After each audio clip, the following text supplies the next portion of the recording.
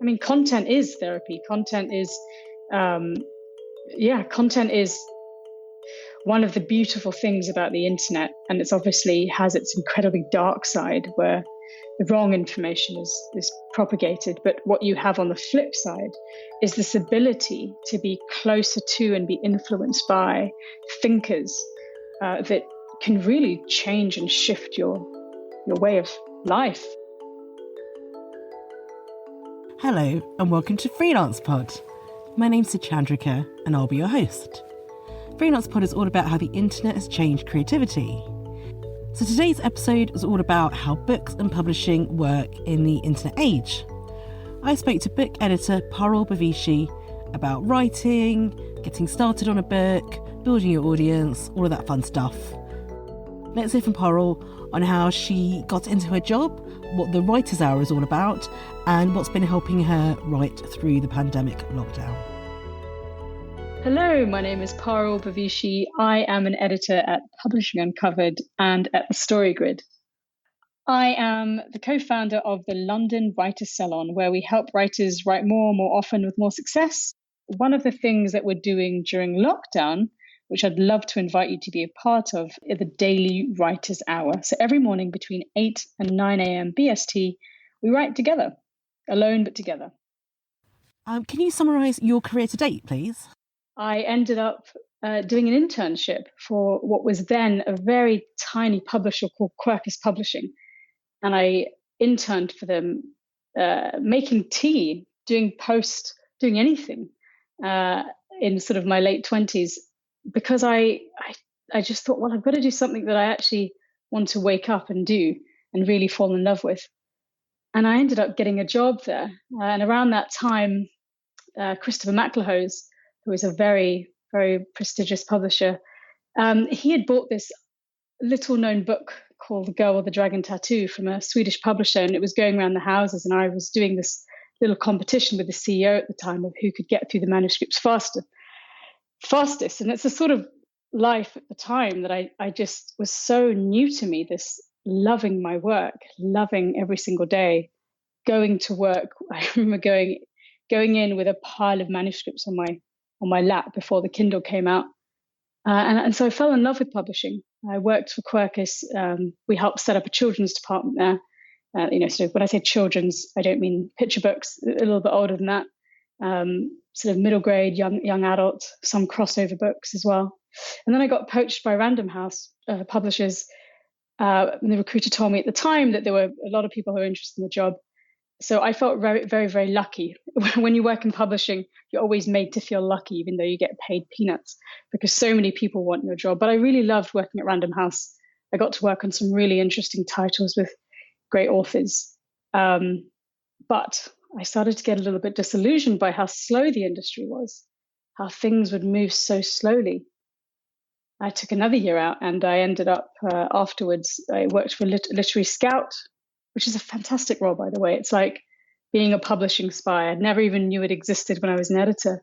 But as a literary scout, you scour the market in the UK on behalf of a foreign publisher. So I had to read at the time, the children's books. I had to know everything that was being published at any one given point in time.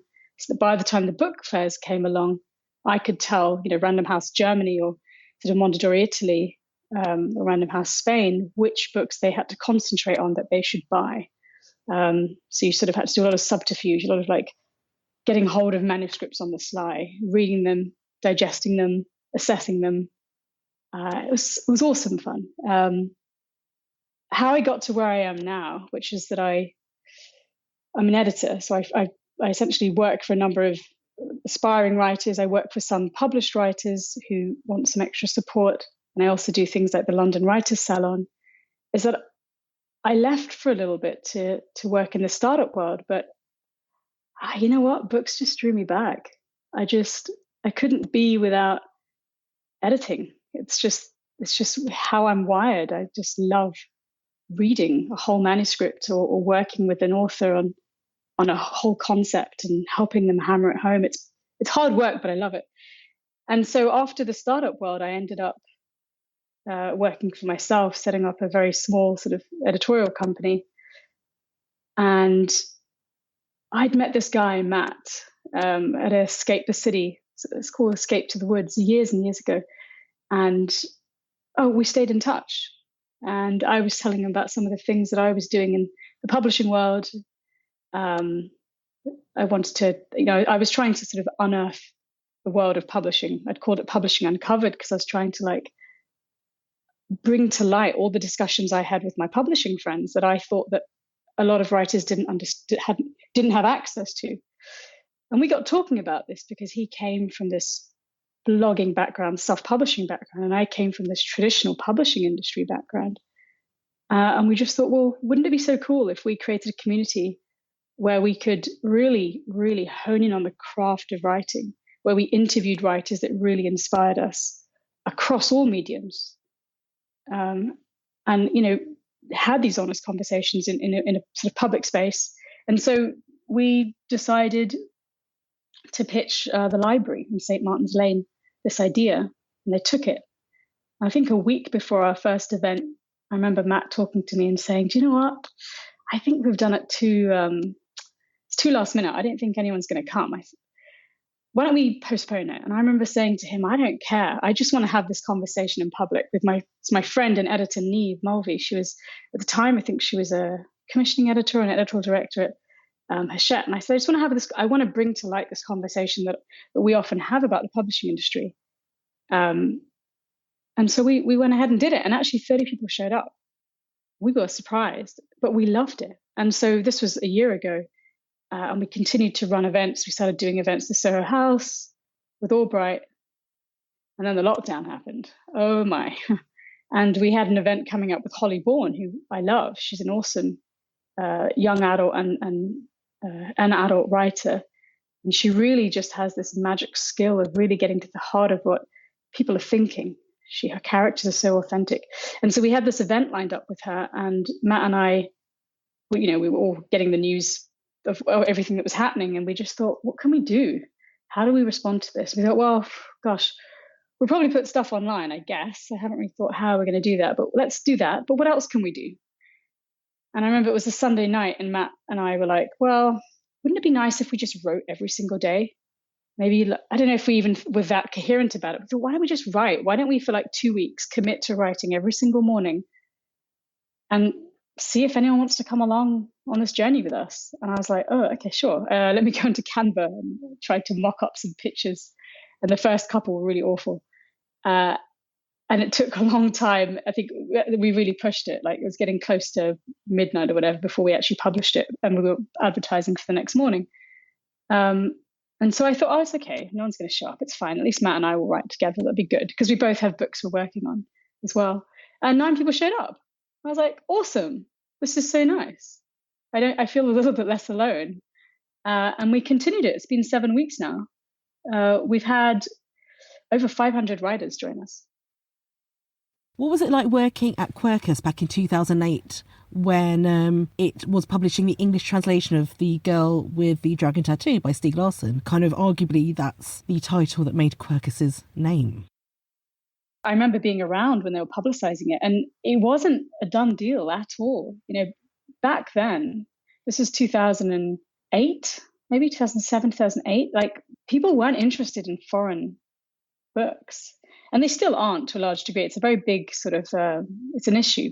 English speaking, the market can be quite reluctant, can be quite resistant to reading these foreign editions. The Girl with the Dragon Tattoo was actually rejected by a number of other English publishers, but it was accepted by Maclehose Press, which specialized in these sort of foreign editions, works in translation, because it costs money to translate, you see. And so I watched Nikki and that team just sort of run around. They were getting hold of all the bloggers they possibly could. They were giving away free copies at Waterloo, London Waterloo Station. And it started to snowball. It started to come to the point where people were demanding the next book and the next book, and sort of half jokingly saying, oh gosh, I'm going to have to learn Swedish in order to read the next book, because we were waiting for them to be translated. And it really made the fortune of that company. So Quercus then, that was their big title. I mean, not so much anymore, but that was the title that really pushed them into the big league. Before that, they were a small publisher. and I know this because I remember going to W.H. Smith's. I sort of tagged along to the sales team, and we overheard someone in Smith's sort of slightly bad-mouthing us, saying, "Oh, yeah, they're not really that big apart from Larson." And I was like, well, kind of right, actually, because you get treated accordingly. But at least back then by the retailers, if you're a big publisher, you get given a bit more prestige. Or when you're a small little indie publisher, which we were at the time, you're only as good as your last big book. So I love Stieg Larsson. I love that entire series, and I reread that as well as Lee Child, Jack Reacher, and Harry Potter, and Stephen Leather. I reread those entire series every single year. It's like my comfort read. Tell me how the Writer's Hour works and how it alleviates some of the problems of trying to write under lockdown. We always started by saying, listen, this isn't magic. What's magic is this community. What's magic is you who show up and actually write with us. We just want to hold that space for you. We want to be here every single day at the same time.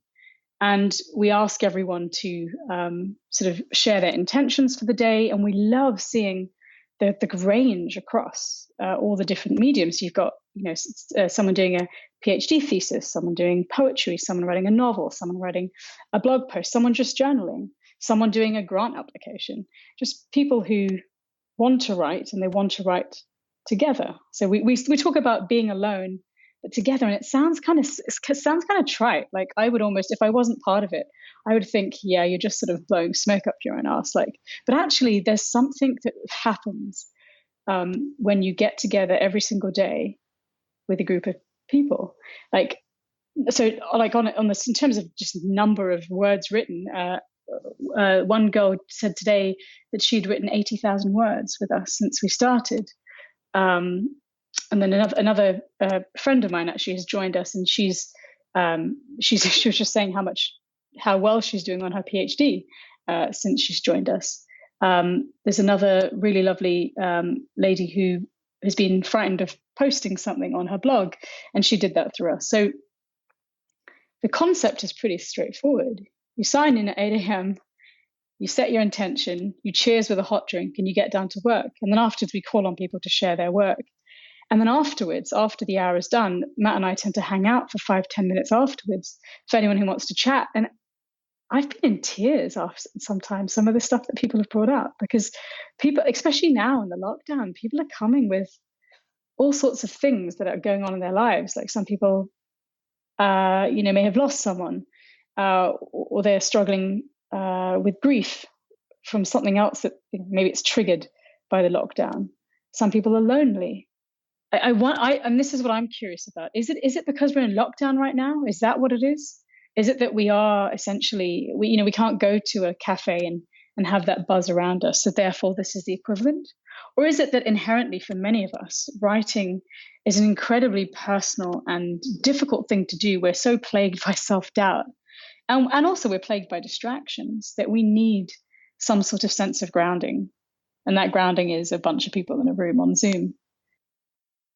We get emails all the time, every day. In fact, we'll normally get at least one, if not several, messages, and we'll have people. We have a Patreon page, we have a Buy Us a Coffee page.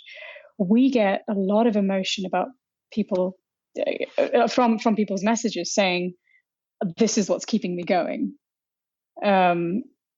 And in sort of more extreme cases where people are going through actually really difficult circumstances, they're like, this is what I wake up for.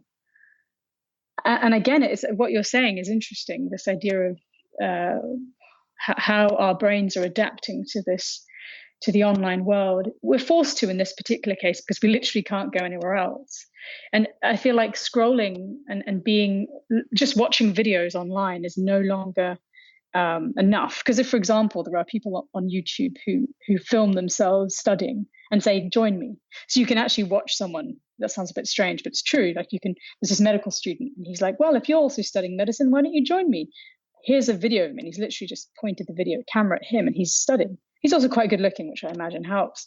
But I think now I certainly have a sort of like a need for live, real humans as close as I possibly can. And if it means it's on Zoom, I'll take it. And I feel like in this lockdown, I'm certainly adapting to this new normal of live being the best I can possibly get. There is something about the collective community. It's interesting. I'm a big I'm a big fan of this editor. He's sort of my editorial mentor, a guy called Sean Coyne, and he's created the Storygrid universe. That's the Storygrid website, storygrid.com. That link will be in the show notes too. Now, back to Parul. The Storygrid universe that I write for, I subscribe to them, I run a podcast for them. And he talks about this concept of the noosphere, which is like the collective consciousness. You are contributing to the narrative of the world. In that Zoom room when we're there together, there's this, I feel like I can almost sense that collective, that we're all trying to make a better world. That's how it feels. It feels like we're there to try and make the best of the situation we have right now. I mean, content is therapy. Content is one of the beautiful things about the internet. And it's obviously has its incredibly dark side where the wrong information is propagated. But what you have on the flip side is this ability to be closer to and be influenced by thinkers that can really change and shift your way of life. You know, I always think about this idea of the average of the 5 people you spend time with. You know, I don't know where it came from, that concept, but it's been bandied around forever. Who is that? Like, I spend a lot of time with my girlfriend. I'm probably influenced by her. It's people that I don't actually know very well or rarely see them. And it's through podcasts, it's through their blog. So it's like Sean Coyne, my editor or my editorial mentor, Ryan Holiday, Grant Cardone, Seth Godin. These people, I will think about what they say and I'll try and apply it to what I do. And this is where the power of the internet is. And the only reason I mention it now is obviously this has been around for ages, but I've never felt so in need of it as I did, as I have recently. So when this sort of terrible situation occurred here, I was trying to find the right thinkers to follow, to push me into the right mindset. And I tend to be quite tough love. I need tough love. So I was listening to Grant Cardone. I was listening to Ryan Holiday and what their take was on the lockdown and particularly how to apply this to art. When it came to Ryan Holiday or Seth Godin, they all have these really interesting opinions. So I feel like in this age, we have so many opportunities if only we follow them. Here's Parul's advice on writing a book in the digital age. Okay, so if you're new to writing and you're thinking, yeah, I really want to write a book, here are 2 questions you can ask yourself. One of them, the first one, is what's the takeaway of the book? What do I want my reader to go away feeling, knowing? The second question is, who would you like to share a shelf with? So there are going to be some books in the market that you think, yeah, I would love for readers of that book to read my book. Once you've answered those questions, you can have a look at those titles and ask yourself what the takeaways are from those books. And if you really want to push it further, you can actually determine what the genre is. Like what is the value at stake in that book? And if you want to be super sort of geeky, you can also look at what's the beginning, middle, and end of that book? How do they hook us into that story? How do they build on that story? And what is the inevitable but surprising ending to that story? And that can just help kickstart your thought about your story. I get a lot of people ask me, okay, I have an idea for a book, and let's say it's nonfiction, especially when it's like a freelancer. What should I do? Should I self-publish or should I go down the traditional route? Now, here are my thoughts on this. And I bear in mind that I come from the traditional world, so I've seen that. But all my work with the London Writers Salon, I'm working very closely with Matt Trinetti, who's self-published and blogged. I've definitely been opening my eyes up to the other side of things. I think that in the end, the way you approach publishing is there's no one right path for sure. Being self-published means you have a lot more control. You will be responsible for, commissioning the editors, the designer, etc., and distribution. Which, let's be honest, most of it's going to be on Amazon probably, if it's an ebook. But On the flip side, you get to keep a lot more of the royalty. So I find that where someone either has a large-ish audience or is open to growing that audience, self-publishing is a perfectly good route to go down. Now, a lot of people like the prestige of going down the publish route, and that's absolutely fine. To do that, I think that finding an agent, particularly in the UK and the US, is important. And getting a publishing deal is great. Your advance can really vary. It doesn't mean that you're going to become rich overnight. In fact, probably not so much. But what's good about that is that they have all that stuff I talked about, the designing, the editorial. They'll do that for you. You will get a lot less royalty because they take a cut, a massive cut. The one thing that stays true, whether you're self-published or published, is that you'll probably have to do a lot of the publicity and marketing yourself. Most publishing houses will allocate at some point, maybe, 6-7 months before your publication, where you sit, where that book sits in their schedule, how much money can they realistically allocate, depending on who you are. And I don't necessarily see that as a bad thing. So whether you go down the self-published route, which for some people is, like I say, it's purely they want full control, and they're happy to take that sort of hit on prestige if you see it like that. When someone comes to me and asks if they should get traditionally published or self-published, I ask them why they want to get published. What are they out for? Is it because they want to grow their brand? Well, self-publishing can probably do that for you. But in order to do that, you probably have to start your publicity, your marketing at the same time, choosing one form, one platform that works for you and consistently putting content out there. So for example, if you're writing a book about setting up a startup, you might want to test out some of those ideas in articles. Actually just test out the material. You can send out extracts to your newsletter. You can start to build a group of beta readers who will help you and support your book as it comes out. The other thing is, in order for all of this to work, the thing that you have to do is, I guess, be true to who you are. Have the courage to write about what you really want to write about. Otherwise, none of this is worth it. Sometimes I think that people see publishing as an end game, and I think it's just one of many, many ways that we can reach our audience, people who we can help. And what's coming up next at the London Writers Salon? We have Chris Guillebeau talking about how to create a writing community. That's coming up at the end of May. We also have a masterclass for how to pitch a literary agent with Rachel Mann from the Joe Unwin Agency. And we have a wonderful masterclass with Louise Grossart, who is a picture book editorial director, and she'll be talking about how to create a picture book. Thanks to Parul for talking about writing during lockdown with me. If you'd like to find her on the internet, she's at Parul Edits on Twitter and at Publishing Uncovered on Instagram. The London Writers Salon is at Writers Salon, 2 S's in the middle there, on Twitter. And London Writers Salon, again 2 S's there, on Instagram. And of course, all those links will be in the show notes too. Thank you for listening. We'll speak again soon. In the meantime, please do rate and review the podcast on Apple Podcasts. And if you did enjoy this episode, please do tell a friend. If you'd like to chat to me, you can get in touch over social media, and I love hearing from you. Take care of yourselves. Bye!